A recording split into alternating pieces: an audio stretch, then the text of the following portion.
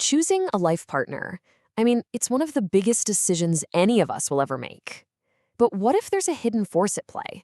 Something deep in our minds that's guiding that choice in a way we never expected. Welcome to The Synopsis, where we make interesting scientific and medical articles super easy to understand. Now, we all think about what connects us to our partners, right? Shared hobbies, values, maybe the same weird sense of humor. But what if that connection goes way, way deeper, like into the very wiring of our brains? Well, a huge new study has just uncovered something pretty remarkable about the people we choose to marry. And it's a pattern that's not just happening now, it's been happening across different cultures and for generations. It really makes you rethink how our relationships work. And here it is. This is the core finding. The study discovered that people with a specific psychiatric disorder are far more likely to marry someone with the exact same condition. So we're not just talking about sharing a similar struggle, we're talking about sharing the very same one. It's pretty startling. So why would this be? Well, one of the study's researchers, Chun Chie Fan, put it in a really human way. He basically suggests that, maybe it's not about cold data at all. Maybe it's about a powerful, empathetic connection that can only come from a truly shared experience, a shared suffering. Okay, so you might be wondering, how solid is this finding really? I mean, it sounds pretty wild.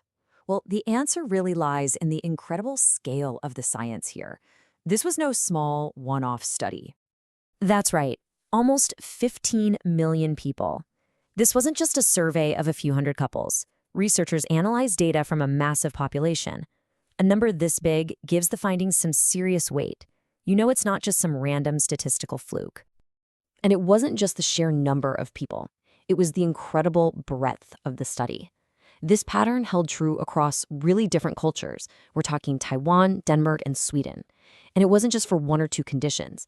They saw this across a whole range of disorders, from depression and ADHD to OCD and substance use disorder.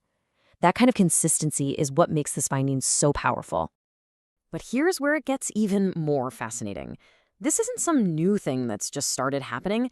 The researchers actually looked back in time to see just how long this has been going on.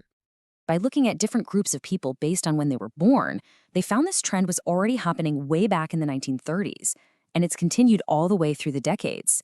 In fact, for most of these disorders, the chances of partners sharing a diagnosis has actually gone up a little bit over the last 50 years. So this is a deep, long-standing part of how we partner up. Okay, so this brings us to the million-dollar question. Why? Why is this happening?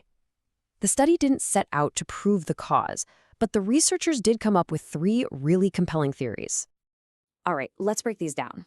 First up is attraction. This is that idea we heard earlier, that we're just naturally drawn to people who get us, people who understand our experience because they've lived it too. The second theory is convergence. This one suggests that maybe couples become more alike over time. A shared environment, shared stresses. It could lead one partner to develop a condition the other already has. And the third theory is stigma. And this one's tough, but it's real. The societal stigma around mental illness might just shrink a person's dating pool, making it more likely they end up with someone from that same smaller group. So, what's the big takeaway here? After looking at all this data, what does it really mean for how we think about our own mental health and our relationships?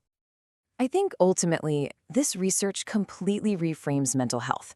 It shows us, pretty powerfully, that it's not something that just happens in a vacuum inside one person's head. Our well-being, our struggles, even our recoveries, they're all deeply, deeply connected to the people we love and share our lives with. It's a shared journey. And that really leaves us with this final, crucial question to think about. This research opens up a whole new way of seeing that dance between our minds and our hearts. It makes you consider not just how your own mental health might affect your relationships, but how your relationships are fundamentally shaping your mental health right back. It's a two-way street.